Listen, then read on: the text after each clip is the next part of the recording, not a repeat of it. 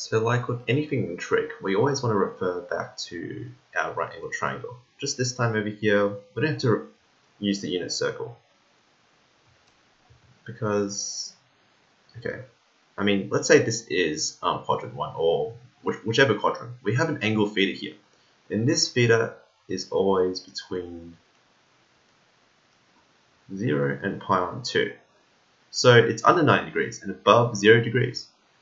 And this is right angle. Now what does that imply about this over here?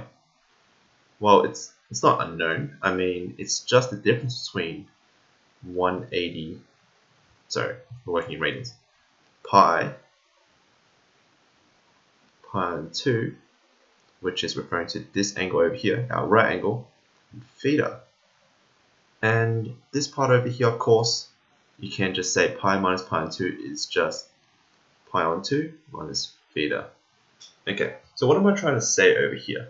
Well, if you interpret the side lengths with respect to theta, then maybe I'll just do this in another color. This length over here is cos theta, assuming that, of course, you have r equal to 1.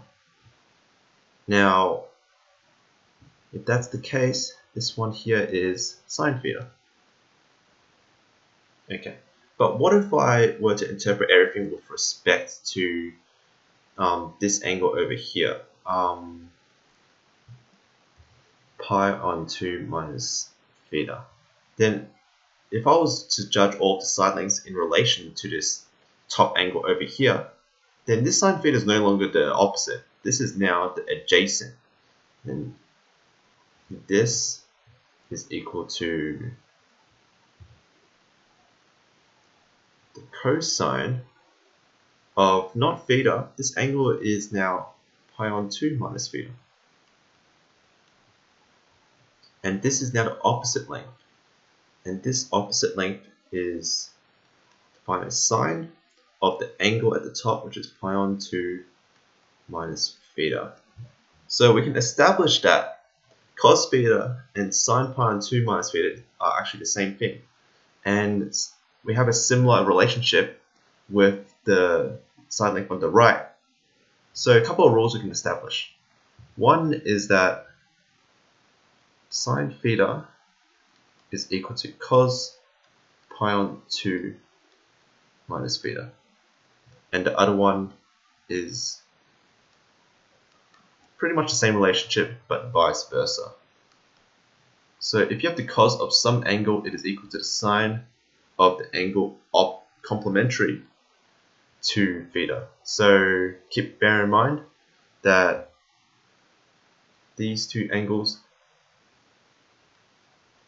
are complementary.